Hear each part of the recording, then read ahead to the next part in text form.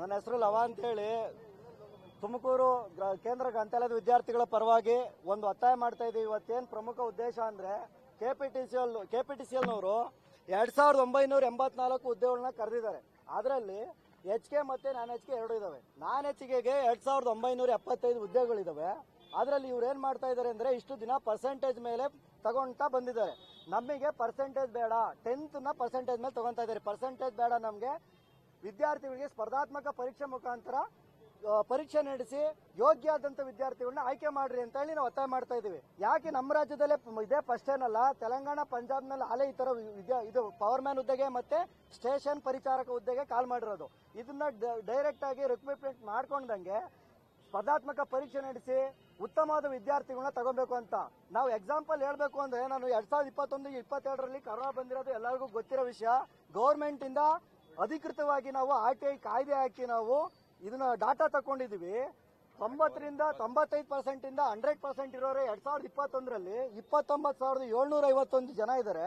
2022ರಲ್ಲಿ 95% ಇಂದ 100% ಇರೋರೆ 43,627 ಜನ ಇದ್ದಾರೆ. ಇವ್ರು ಒಟ್ಟು ಸೇರ್ಕೊಂಡ್ರೆ ನಮಗೆ 90,000ಗಿನ ಅಧಿಕ ಆಗೈತೆ. ನೀವು ಹಂಗೆ ಅಬ್ಸರ್ವ್ ಮಾಡಬೇಕು. SLC ಪರ್ಸೆಂಟೇಜ್ ನಲ್ಲಿ 95, 96, 97% ತೆಗೆದಿರೋನು PUC ನಲ್ಲಿ ಫೇಲ್ ಆಗಿರೋದು ನಾವು ನೋಡಿದೀವಿ. ಇಂಥ ಕ್ಯಾಂಡಿಡೇಟ್ ನ ತಗೊಂಡು KPTC ಎಂತ ಕ್ವಾಲಿಟಿ ಆಡಳಿತ ಕೊಡಕ್ ಸಾಧ್ಯ?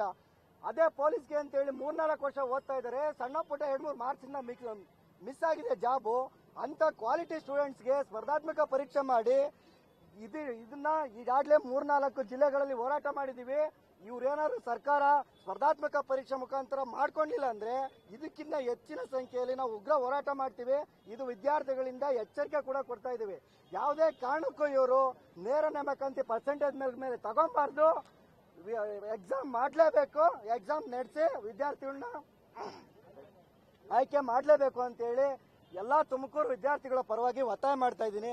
ದಯವಿಟ್ಟು ಇದಕ್ಕೆಲ್ಲರೂ ಸಹಕರಿಸಬೇಕು ಅಂತ ಕೇಳ್ಕೊಂತ ಇದ್ದೀನಿ. 2021-22ರಿಂದ ಏನು ಕೋವಿಡ್ ಕಾಯಿಲೆ ಬಂದ ಮೇಲೆ ಏನಾಗಿದೆ ಅಂದ್ರೆ ಎಲ್ಲಾ ನೇಮಕಾತಿಗಳಲ್ಲೂ ಕೂಡ ನೇರ ನೇಮಕಾತಿಯನ್ನ ಸ್ಥಗಿತಗೊಳಿಸಿ ಏನ್ ಮಾಡಿದ್ದಾರೆ, ಎಲ್ಲಾ ಎಕ್ಸಾಮ್ಗಳಿಗೂ ಎಲ್ಲವನ್ನೂ ಕೂಡ ಸ್ಪರ್ಧಾತ್ಮಕ ಪರೀಕ್ಷೆಯ ಮೂಲಕ ಆಯ್ಕೆ ಮಾಡ್ಕೊಂತ ಇದ್ದಾರೆ. ಉದಾಹರಣೆ ಕಂದಾಯ ಇಲಾಖೆ ವಿಲೇಜ್ ಅಕೌಂಟೆಂಟ್ ಎಕ್ಸಾಮ್ ಆಗಿರ್ಬೋದು, BMTC ಕಂಡಕ್ಟರ್ ಪರೀಕ್ಷೆಗಳಾಗಿರ್ಬೋದು, ಅವೆಲ್ಲ ಹಿಂದೆ ನೇರ ನೇಮಕಾತಿ ಮುಖಾಂತರ ಆಯ್ಕೆ ಮಾಡ್ಕೊಂತ ಇದ್ರು. ಬಟ್ ಈಗ ಕೋವಿಡ್ ಅಲ್ಲಿ ಎಲ್ಲರೂ ಕೂಡ 100% ಜಾಸ್ತಿ ಜನ ಇರೋದ್ರಿಂದ ಏನಾಗಿದ್ದಾರೆ ಅಂದ್ರೆ ಎಲ್ಲವೂ ಕೂಡ ಸ್ಪರ್ಧಾತ್ಮಕ ಪರೀಕ್ಷೆಯ ಮೂಲಕನೇ ಆಯ್ಕೆ ಮಾಡ್ಕೊಳ್ತಾ ಇದ್ದಾರೆ. ಹಾಗಾಗಿ ಈ KPTCL ಹುದ್ದೆಗಳನ್ನು ಕೂಡ ಏನು ಕಿರಿಯ ಸ್ಟೇಷನ್ ಪರಿಚಾರಕರು ಮತ್ತು ಕಿರಿಯ ಪವರ್ ಮ್ಯಾನ್ ಹುದ್ದೆಗಳನ್ನು ಕೂಡ ನೇರ ನೇಮಕಾತಿ ಹುದ್ದೆಯನ್ನು ಕೈಬಿಟ್ಟು ಸ್ಪರ್ಧಾತ್ಮಕ ಪರೀಕ್ಷೆಯ ಮೂಲಕ ಮಾಡಿಕೊಂಡ್ರೆ ಮಾತ್ರ ಅರ್ಹ ಅಭ್ಯರ್ಥಿಗಳು ಸಿಗ್ತಾ ಹೋಗ್ತಾರೆ. ಇಲ್ಲ ಅಂದ್ರೆ ಇವ್ರೇನಾದ್ರೂ ಕೂಡ ನೇರ ನೇಮಕಾತಿ ಮೂಲಕನೇ ಮಾಡಿಕೊಂಡ್ರೆ ಇರ್ತಕ್ಕಂಥ ಹುದ್ದೆಗಳು 2,975 ಹುದ್ದೆಗಳಿದಾವೆ.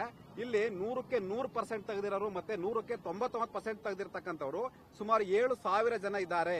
ಹಂಗಾಗಿ 98% ತೆಗೆದ್ರೂ ಕೂಡ ಈ ಒಂದು ಕೆಲಸ ಸಿಗಲ್ಲ. ಹಂಗಾಗಿ ಏನ್ ಅಂದ್ರೆ ಅವತ್ತು ವ್ಯಾಲ್ಯೂಯೇಷನ್ ಲಿಬರಲ್ ಆಗಿದೆ, ತುಂಬಾ ಟ್ರಾನ್ಸ್ಪರೆಂಟ್ ಏನಾಗಿಲ್ಲ, ಲಿಬರಲ್ ಆಗಿರೋದ್ರಿಂದ ಆ ಒಂದು ನೇರ ನೇಮಕಾತಿಯನ್ನ ಕೈಬಿಟ್ಟು ಸ್ಪರ್ಧಾತ್ಮಕ ಪರೀಕ್ಷೆಯ ಮೂಲಕ ಮಾಡಿಕೊಂಡ್ರೆ ನಮ್ಮಂತಹ ಸಾವಿರಾರು ಉದ್ಯೋಗಿಗಳಿಗೆ ಅವಕಾಶ ಆಗ್ತದೆ. ಇವತ್ತು ಸಾಕಷ್ಟು ಜನ ಗ್ರಂಥಾಲಯದಲ್ಲಿ ಕುಳಿತುಕೊಂಡು ಸಾವಿರಾರು ಜನ ಸುಮಾರು ಲಕ್ಷಾಂತರ ರೂಪಾಯಿ ದುಡ್ಡು ಖರ್ಚು ಮಾಡಿಕೊಂಡು ಓದ್ತಾ ಇದ್ದಾರೆ. ಇಂತಹ ನಿರುದ್ಯೋಗ ಇರತಕ್ಕಂಥ ಸಂದರ್ಭದಲ್ಲಿ ಇವರು KPTCL ಹುದ್ದೆಗಳನ್ನ ಸ್ಪರ್ಧಾತ್ಮಕ ಪರೀಕ್ಷೆ ಮಾಡಿಕೊಂಡ್ರೆ ಸುಮಾರು ಒಂದು 3,000 ಹುದ್ದೆಗಳೇನಪ್ಪಾ ಅಂದ್ರೆ ನೇರ ನೇಮಕಾತಿ ಬಿಟ್ರೆ ಸ್ಪರ್ಧಾತ್ಮಕ ಪರೀಕ್ಷೆಯಲ್ಲಿ ಮಾಡ್ಕೊಳ್ಬೇಕು ಅಂತ ನಾವು ಈ ರೀತಿ ತುಮಕೂರು ಜಿಲ್ಲೆಯ 10 ತಾಲೂಕಿಂದನೂ ಕೂಡ ನಾವು ಹೋರಾಟ ಮಾಡ್ತಾ ಇದ್ದೀವಿ. ಇದೇ ರೀತಿ ಕರ್ನಾಟಕದ 31 ಜಿಲ್ಲೆಯಲ್ಲೂ ಕೂಡ ಹೋರಾಟ ಮಾಡ್ತಾ ಇದ್ದೀವಿ. ಸೊ ಆದಷ್ಟು ಬೇಗ ಇವರು KPTCL ನವರು ನೇರ ನೇಮಕಾತಿಯನ್ನ ಬಿಟ್ಟು ಸ್ಪರ್ಧಾತ್ಮಕ ಪರೀಕ್ಷೆಯ ಮೂಲಕ ಆಯ್ಕೆ ಮಾಡ್ಕೊಳ್ಬೇಕು ಅಂತ ನಾವು ಈ ಮೂಲಕ ನಾವು ಒಂದು ಹೋರಾಟವನ್ನ ಮಾಡ್ತಾ ಇದ್ದೀವಿ. ಒಂದು ವೇಳೆ ಇದನ್ನ ಪರಿಗಣಿಸ್ತಲೇ ಹೋದ್ರೆ ನಾವು ಉಗ್ರ ಹೋರಾಟವನ್ನ ಮಾಡಬೇಕಾಗ್ತದೆ, ಮತ್ತೆ ದೊಡ್ಡ ಮಟ್ಟದ ಇನ್ನ ಹೋರಾಟವನ್ನ ಮಾಡ್ತೀವಿ ಅಂತ ಈ ಮೂಲಕ KPTCLಗೆ ಮತ್ತೆ ಸರ್ಕಾರಕ್ಕೆ ಎಚ್ಚರಿಕೆಯನ್ನು ಕೊಡ್ತಾ ಇದ್ದೀವಿ. ಬ್ಯಾಚ್ ವಿದ್ಯಾರ್ಥಿಗಳಿಗೆ ಜಾಸ್ತಿ ಅಂಕ ಬಂದಿದೆ, ಜಾಸ್ತಿ ಬಂದಿದೆ. ನಮಗೆ ಇಲ್ಲಿ ಮಾಹಿತಿ ಇದೆ, ಮಾಹಿತಿ ಇದೆ ನೋಡಿ. ನೀವು 2021-22ರಲ್ಲಿ ಸುಮಾರು 7,000 ಜನ 100ಕ್ಕೆ 100% ಅನ್ನು ತೆಗೆದಿರ್ತಕ್ಕಂಥ ಉದಾಹರಣೆಗಳಿದ್ದಾವೆ. ನಾವು SSLC ಬೋರ್ಡ್ ಇಂದ ಮಾಹಿತಿಯನ್ನು ತರಿಸ್ಕೊಂಡಿದ್ದೀವಿ. ಸೊ ಆ ಮೂಲಕ ಅವರಿಗೆ ಅನುಕೂಲ ಆಗ್ತದೆ. ನಮಗೆಲ್ಲರೂ ಕೂಡ ಏನು ಉಳಿದ 96, 97 ಎಲ್ಲ ತೆಗೆದ್ರೂ ಕೂಡ ಅನ್ಯಾಯ ಆಗ್ತದೆ. ನಮಗಂತೂ ಎಕ್ಸ್ಪೆಷಲಿ ಅನ್ಯಾಯ ಆಗ್ತದೆ. ಗುಣಮಟ್ಟ ಇಲ್ಲ ಅಂತಲ್ಲ, ಕೋವಿಡ್ ಕಾಲದಲ್ಲಿ ಲಿಬರಲ್ ವ್ಯಾಲ್ಯೂಯೇಷನ್ ಆಗಿದೆ, ಮತ್ತೆ ಎಲ್ಲವೂ ಕೂಡ ಮಾಸ್ ಆಗಿ ಪಾಸ್ ಮಾಡಿದ್ದಾರೆ. ನೋಡಿ ಇಲ್ಲಿ ಎಷ್ಟು ಜನ ಇದ್ದಾರೆ, 78,000 ಜನ ಇದ್ದಾರೆ, 78,000 ಜನ ಪಾಸ್ ಆಗಿದ್ದಾರೆ. ಸಾಧ್ಯನಾ ಇದು? ಅದೇ PUC ಯಾಕೆ ಬರಲ್ಲ ಈ ಔಟ್ಪುಟ್? PUC ಬರೀ 50% ಜನ ಪಾಸ್ ಆಗ್ತಾರೆ. ಸರಿ, ಆಗ ಇವೆಲ್ಲ ಪಾಸ್ ಆಗ್ಬೇಕಲ್ಲ. ಇವರು ಕಾಗುಣಿತ ಬರೆದರೆಲ್ಲ ಪಾಸ್ ಮಾಡಿದ್ದಾರೆ. ಸೊ ಹಂಗಾಗಿ ಏನಪ್ಪಾ ಅಂದ್ರೆ ಏನ್ ಮಾಡಿ ಇದನ್ನ ಆ ಸ್ಪರ್ಧಾತ್ಮಕ ಪರೀಕ್ಷೆ ಮೂಲಕ ಮಾಡಬೇಕು ಅಂತ ನಾವು ಈ ಮೂಲಕ ನಿಮ್ಮ ಮೂಲಕ ಮನವಿಯನ್ನ ಮಾಡ್ಕೊಳ್ತೀವಿ. ನಾಗರಾಜು ಅಂತ ಸರ್.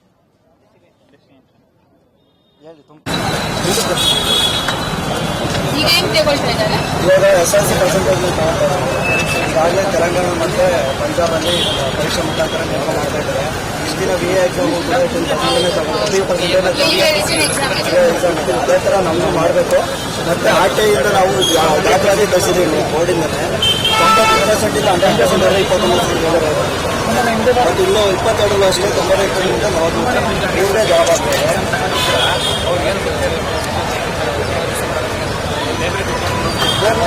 ಮುಂದಿನ ಓಡ್ತಾ ಇದ್ದೀವಿ ಮೇಡಮ್. ಎಷ್ಟೋ ಜನ ಮತ್ತೆ ಪೊಲೀಸ್ ಎಕ್ಸಾಮ್ ಆಗಿದೆ, 3,000 ಪೋಸ್ಟ್, 1,200 ಪೋಸ್ಟ್ ಆಗಿದೆ. DR ಅದೆಲ್ಲ ಆಗಿಂದ ಒಳ್ಳೆ ಮಾರ್ಕ್ಸ್ ಹೋಗಿದ್ದಾರೆ. ಅವ್ರೆಲ್ಲ ಎಕ್ಸಾಮ್ ಆದರೆ 100% ಅವ್ರಿಗೂ ಕ್ವಾಲಿಟಿ ಇರ್ಬೇಕು ಸಿಗ್ತಾರೆ. ಅವು ಎಲ್ಲ ಕೊಡಿ ನಾಗಾಡಿ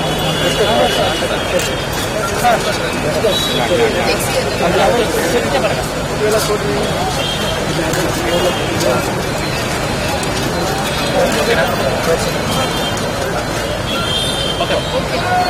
ಕಳಿಸ್ಕೊಡ್ತೀನಿ.